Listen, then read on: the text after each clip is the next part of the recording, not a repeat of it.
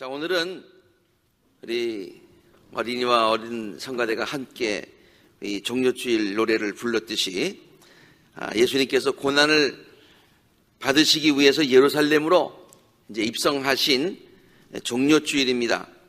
팜 선데이라고 그렇게 얘기하죠. 팜 선데이라고 부르는 이유는 우리가 잘 알듯이 예루살렘 사람들이 종려나무 가지를 흔들며 예수님을 환영하였기 때문이고요. 또 그런데 오늘이 또 사순절에 이제 내일서 또 마지막 주간이 고난 주간이 시작되는 그런 주일이기도 합니다. 우리가 고난 주간을 영어로 패션 위크라고 그렇게 부르는데, 패션이라고 하는 영어는 뭐 열정 뭐 이런 단어도 있지만은 순환이라고 하는 그런 단어죠. 그래서 패션이라는 영화도 있듯이 그래서 예수님께서 구체적으로 이 한 주간 동안에 고난을 당하신 그 같은 주간이기 때문에 우리는 패션 위크라고 그렇게 부릅니다. 또 이 기간에 관한 또 다른 영어 이름이 있습니다. 그것이 바로 홀리 위크라고 하는 것이죠.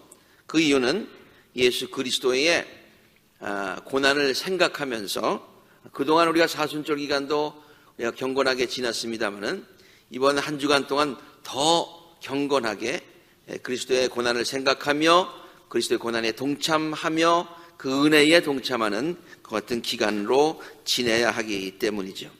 저는 고난 주간이 시작되는 오늘 이 십자가의 의미가 무엇인가에 대해서 함께 생각을 해보려고 합니다. 왜냐하면 십자가는 예수께서 당하신 고난의 상징이고요, 또 기독교 신앙의 상징이기 때문이죠. 원불교 그러면 동그라미가 상징이듯이 우리 기독교 그러면은 십자가가 가장 우리의 신앙을 대표하는 그런 상징이기 때문이에요. 그래서 오늘 설교 제목을요, 십자가 하면은 우리가 떠올려지는 그 같은 생각, 십자가 하면은 떠올려지는 이미지, 십자가 하면은 그래서 생각나는 말들, 이런 것들을 함께 생각을 해보려고 합니다.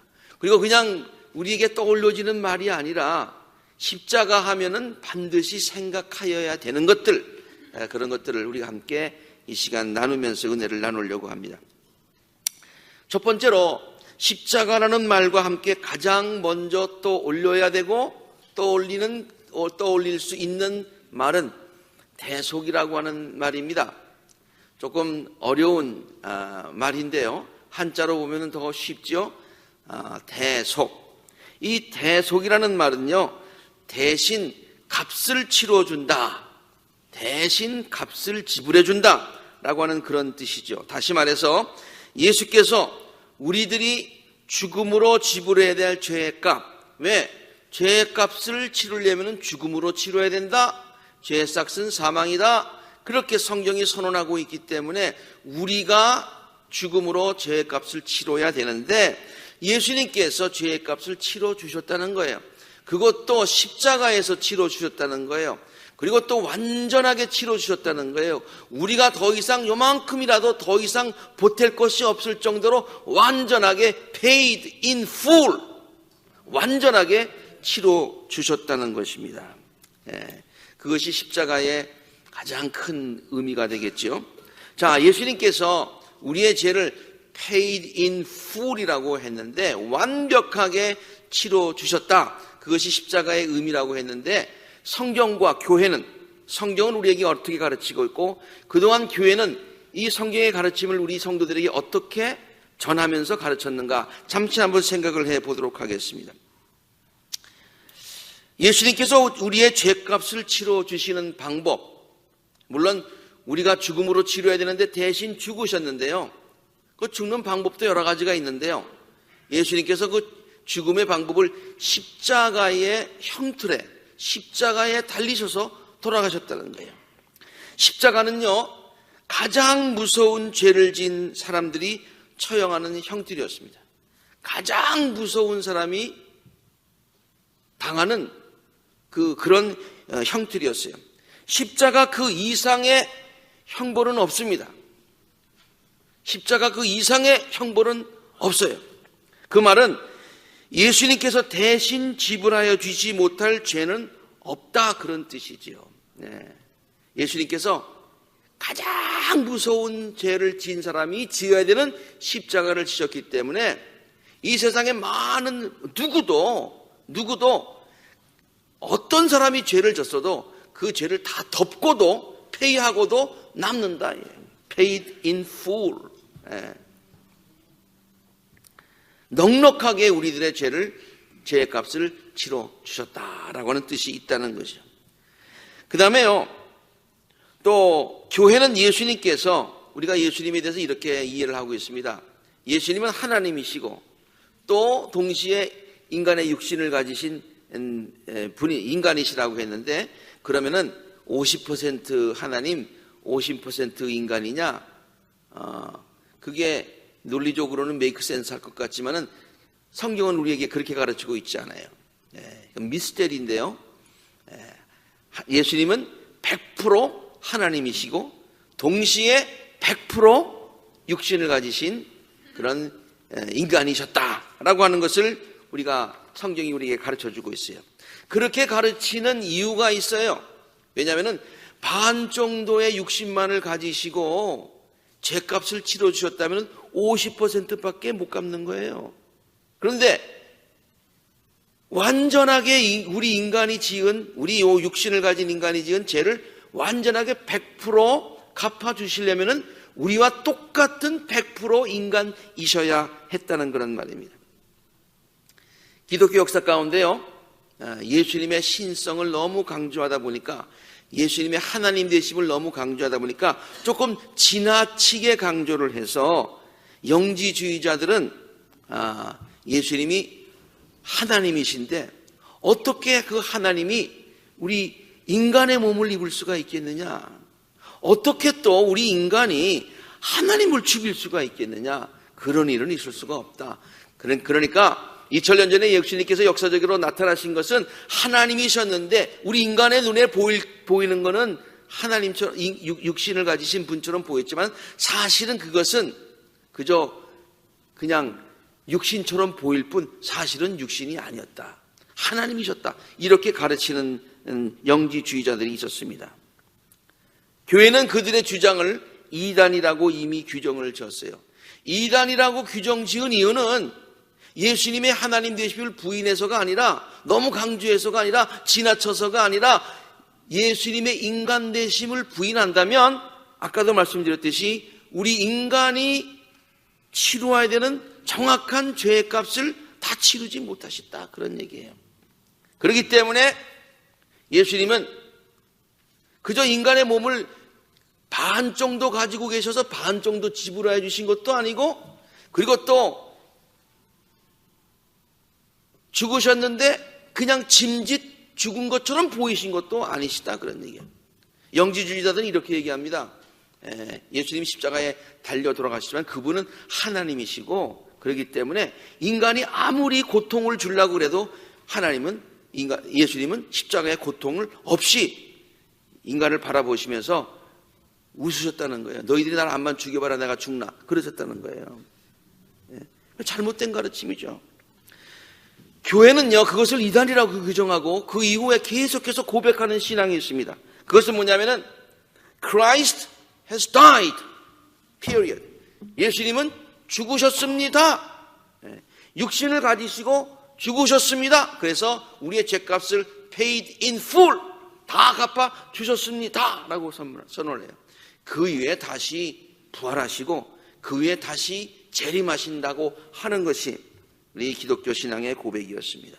이렇게 교회는 예수님의 인성을 강조함으로 인해서 우리들이 치러야 될 죄값을 완전하게 paid in full, 다 치러 주셨다고 성도들에게 가르치고 있는 것이죠. 또 이런 면에서 가만 초대교회를 보니까요, 초대교회는요, 사도신경을 통하여서 예수께서 우리들의 죄값을 완전히 치러주셨다고 고백을 하고 있어요. 교회가 사도들이 신앙 고백을 통해서 이렇게 가르치고 있는데요, 우리 사도신경 너무나 잘 알고 있죠. 그런데 그 사도신경 가운데서 모든 것들이 다 이렇게 잘 번역이 됐습니다마는 번역되지 않은 부분이 있어요. 물론 그 번역되지 않은 그 이유를 여러 가지 논쟁을 하고 있습니다마는, 그러나 아무튼 원어에도 있고 영어 성경에도 영어도 그렇게 번역이 되어 있는데 우리말에는 번역이 안 됐어요. 전능하사 천지를 만드신 하나님 아버지를 내가 믿사오며 그 외아들 우리 주 예수 그리스도를 믿사오니 이는 성령으로 잉태하사 born of the Virgin Mary 동정녀 마리아에게 태어나시고 그리고 본디오 빌라도에게 suffered 고난받으시고 그 다음에 굵은 글씨로 뭐예요? crucified 십자가에 달리시고 그리고 dead 죽었어요. dead 완전히 죽임을 당하셨어요. 그리고 묻히셨어요. buried 보통 육신이 가는 그런 그 무덤으로 가셨어요.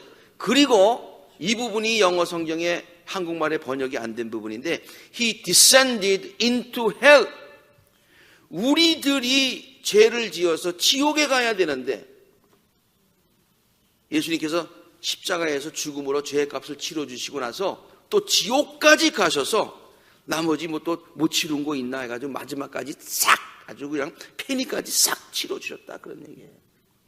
He descended into hell. 그리고 나서 3일째 그는 rose again 다시 죽은 자 가운데서 살아나시고 그리고 이번에는 ascended into heaven.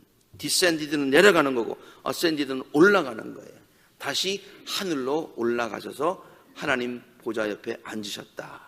그렇게 고백을 하고 있습니다.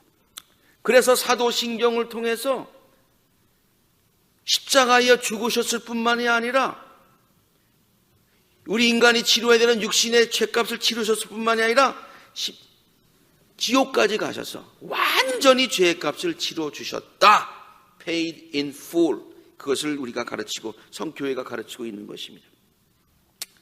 또한 복음서는요, 예수께서 십자가에 달려 돌아가신 모습을 통하여서 예수께서 우리들에게 죄값을 완전히 치러주셨다고 증거하고 있습니다.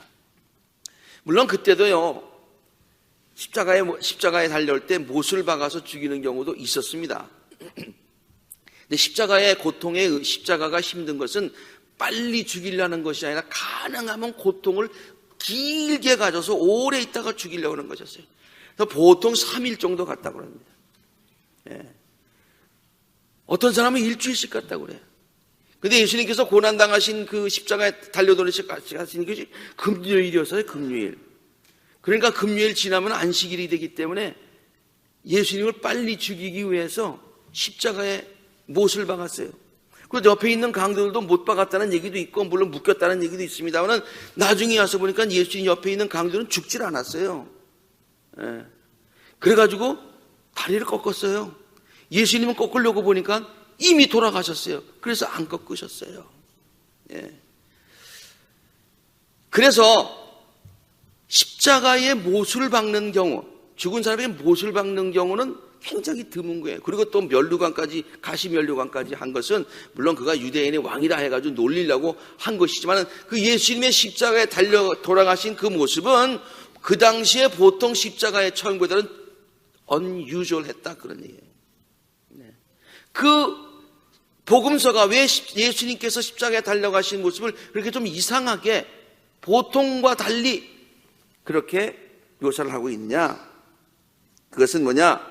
그것은요, 예수님께서 머리에 가시관을 쓰시고 발에까지 못을 박히신 것은 예수께서 우리들이 지은 모든 죄, 즉 머리끝부터 발끝까지 모든 죄를 지은 것을 사하여 주시기 위함을 이렇게 그려준 것이고요. 머리에 가시관을 쓰시고 피를 흘리신 이유는 우리들이 머리로 짓는 모든 죄의 값을 치러주시기 위함이고 우리 손으로 지은 죄 때문에 예수님의 거룩한 손에 대못이 박힌 것이고 우리들의 발로 지은 죄 때문에 예수님의 발에 큰 못이 박히신 것이고 우리의 마음으로 지은 죄 때문에 예수님의 가슴에 창이 찔리신 것이고 우리의 몸으로 지은 죄 때문에 예수님의 몸이 채찍에 상하셨다는 거예요. 그래서 이 예수님이 십자가에 달려 돌아가신 그 모습 자체도 대속이라고 하는 그런 의미에서 볼 때 완전하게 우리의 죄값을 치러주셨다라고 성경이 우리에게 증거하고 있다, 그런 말씀입니다. 얼마나 철저하고 얼마나 완벽한 그 같은 하나님의 뜻입니까? 이런 하나님의 세밀하신 섭리와 사랑과 은혜를 십자가를 바라볼 때마다 깨닫고 감사하실 수 있는 우리 모두가 되시기를 간절히 바랍니다. 둘째로, 십자가 하면 떠올려지는 두 번째 단어, 대속 말고, 대속도 그렇지만 두 번째 단어는 뭐냐면은 사랑이에요. 물론 어느 게 먼저인지는 그건 그렇게 중요한 게 아니죠. 사랑하였기 때문에 대속하였고, 대속을 통해서 우리가 사랑을 느꼈고 그러는 거기 때문에 그래요. 십자가는 우리들을 향하신 하나님의 사랑이 얼마나 큰가라고 하는 것을 보여주는 증거예요. 제 서재에 다음과 같은 십자가가 걸려 있습니다. 제가 플러싱에 우리 김종호 목사님 사무실을 방문을 한 적이 있었는데, 그 사무실 한 벽에 그분은 온갖 십자가 컬렉션을 하고 있더라고요. 쫙 한 벽에. 정말 그 신기한 십자가들이 굉장히 많이 있어요. 그래서 내가 야, 멋있다, 그렇게 얘기를 하니까, 목사님 고르시면 어느 것이든지 고르는 거 제가 드리겠습니다, 그러더라고요. 그래요? 어느 거 골라도 되는 거예요? 그럼 골라보라는 거예요. 그래서 내가 이렇게 한참 보다가 하나 딱 주겠다 그랬으니까, 그래가지고 제가 저게 제일 마음 가운데 딱 와닿더라고요. 그래서 제가 고른 거예요. 골라서 이제 제 서재에다가 이렇게 걸어놨는데, 저는 저 십자가를 볼 때마다 십자가가 상징하고 있는 것이 바로 우리들을 향하신 예수님의 희생적인 사랑, 십자가의 의미가 우리를 향한 하나님의 사랑이다라는 것을 늘 다시 한번 되새기곤 합니다. 사실 이것은요, 성경이 다음과 같이 이것을 잘 설명해주고 있죠. 로마서 5장 7절과 8절에 있는데요, 의로운 사람이라고 해서 의로운 사람이라도 죽을 사람은 거의 그 사람을 위해서 죽을 사람은 없다는 거예요. 선한 사람을 위해서도 감히 죽을 사람이 죽는 게 쉽지가 않은데, 그런데 우리가 선하지도 아니었는데, 우리가 죄인이었었는데, 우리가 아직 죄인으로 있을 그때에 예수께서 우리를 위해서 죽으셨다는 거예요.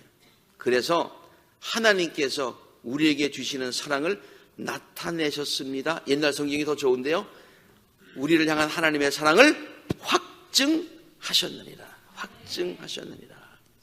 그러므로 십자가는요, 이렇게 하트 모양이 있듯이 우리를 향한 하나님의 사랑이 확증된 증거다, 그런 얘기예요.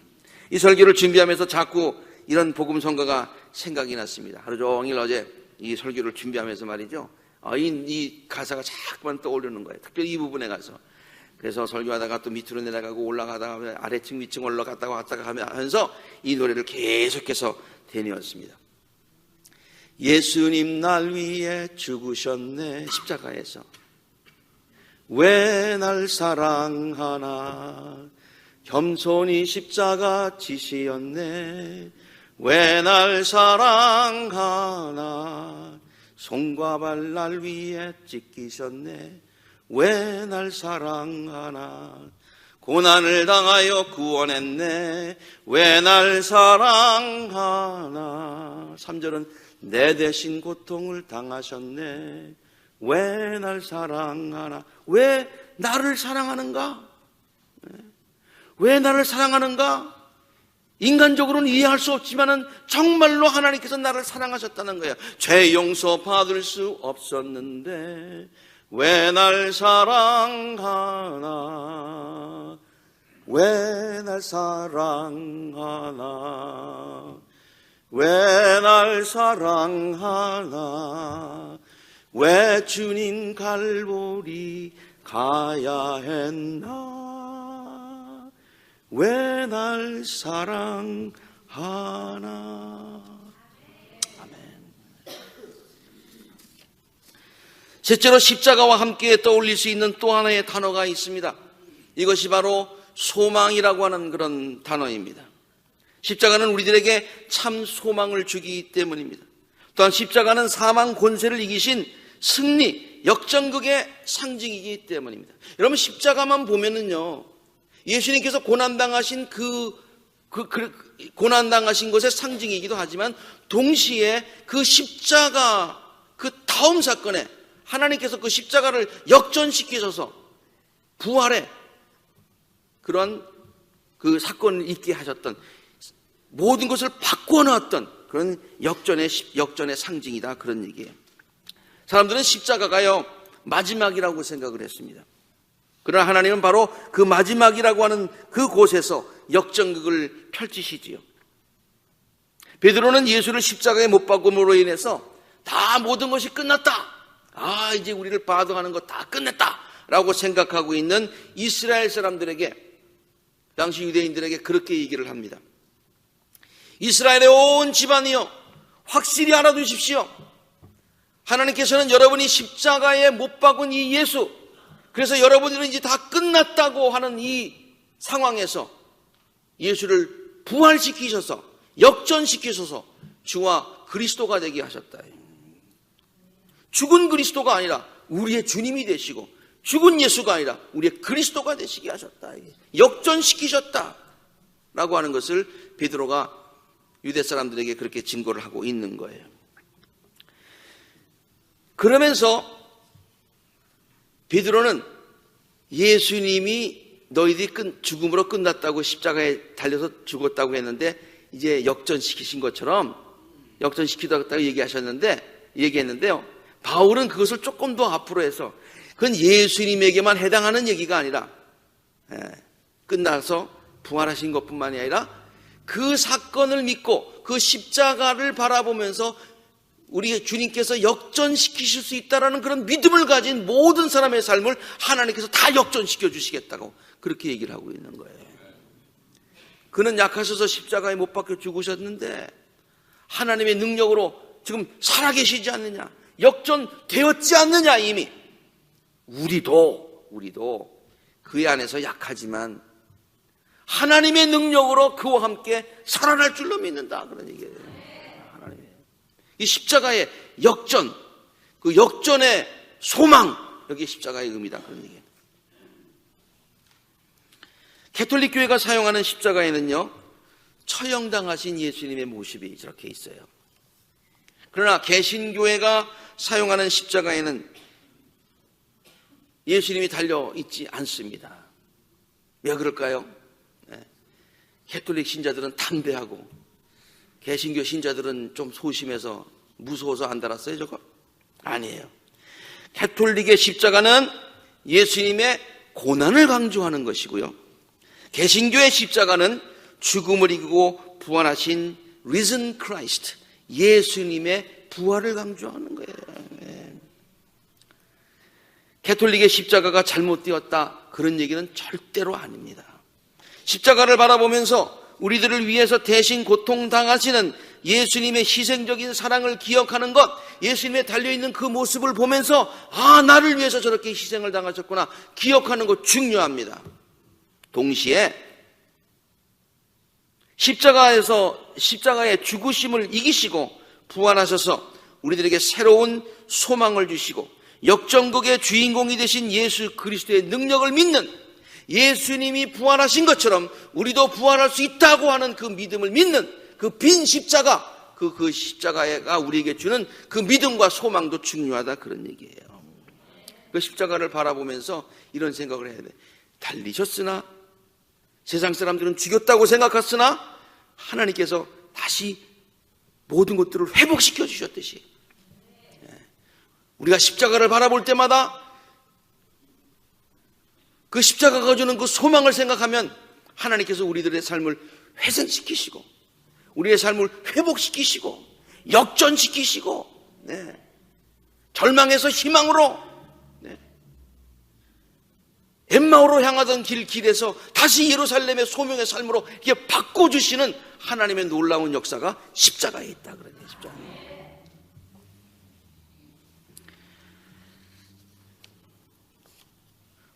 네 번째로 십자가라는 말과 어울려서 함께 떠올리지는 또 하나의 이미지가 있습니다. 그것이 바로 능력이라고 하는 그런 단어예요. 능력. 특별히 보혈의 능력을 얘기하고 있습니다. 그래서 십자가의 능력이 있다. 그렇다고 미신적으로 해석을 하면 안 돼요.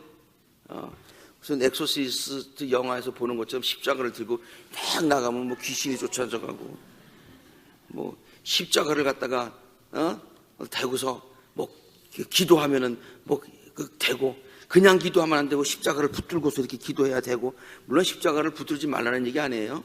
그런 간절한 마음이 있는 건 중요하지만 그 자체가 무슨 힘이 있는 건 아니에요. 이게 자체가 힘이 있다고 생각하는 건 미신이야.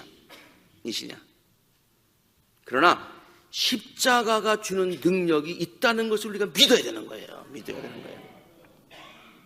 사도 바울은 이렇게 얘기하고 있습니다. 우리가 오늘 두 번째로 읽은 고린도에 있는 말씀인데요, 십자가의 도가 믿지 않는 사람, 그래서 멸망할 수밖에 없는 사람들은 이 십자가의 능력이 있다고 생각하면 stupid 이렇게 얘기한다는 거예요.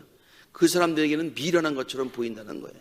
그런데 구원을 받은 우리에게는 뭐예요? 하나님의 능력이 된다. 하나님의 능력이 된다. 믿습니까?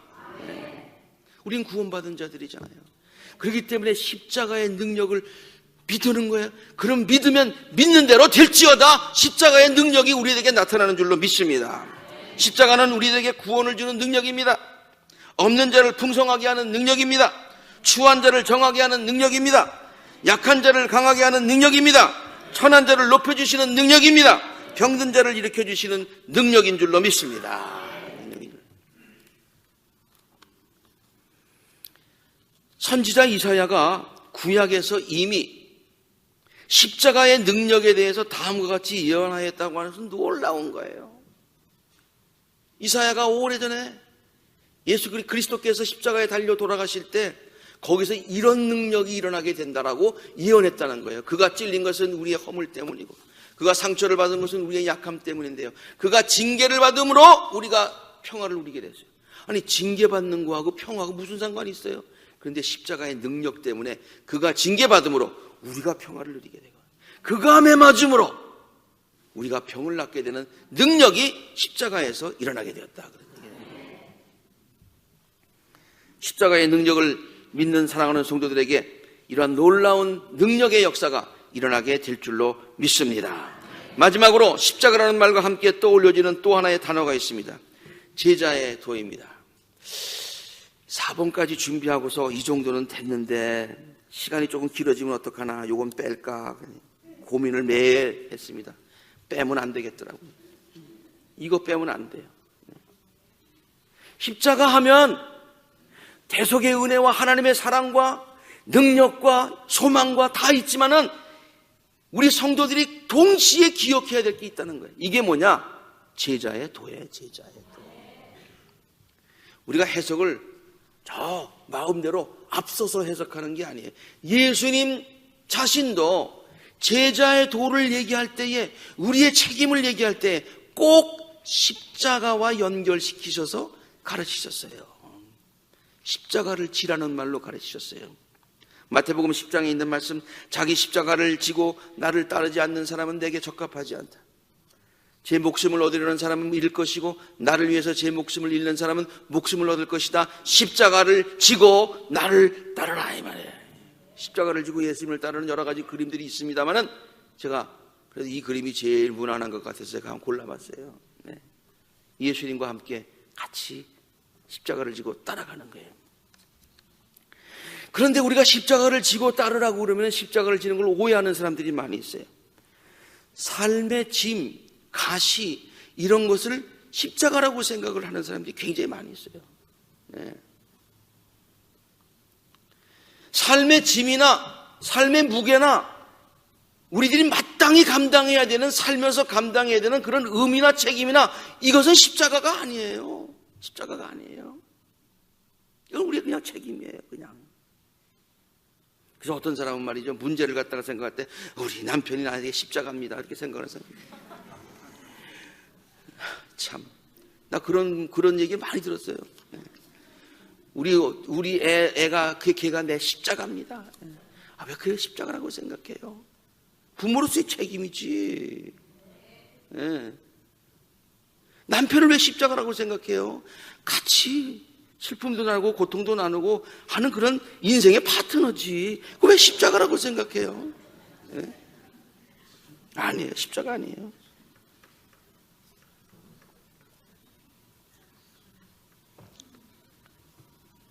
예수님께서 말씀하신 십자가는 그게 아닙니다. 예수님께서 말씀하신 때에 이 십자가를 지고 가라는 것을 멍에라는 말로 우리에게 가르쳐 주신 적이 있어요. 마태복음 11장 수고하고 무거운 짐진 자들아 다 내게로 오너라 내가 너희를 쉬게 하겠다. 십자가 앞에 너의 삶의 모든 무거운 짐들 다 가지고 오너라. 다 내려놓으라. 다 내려놓으라. 평화를 주겠다. 평화를 주겠다.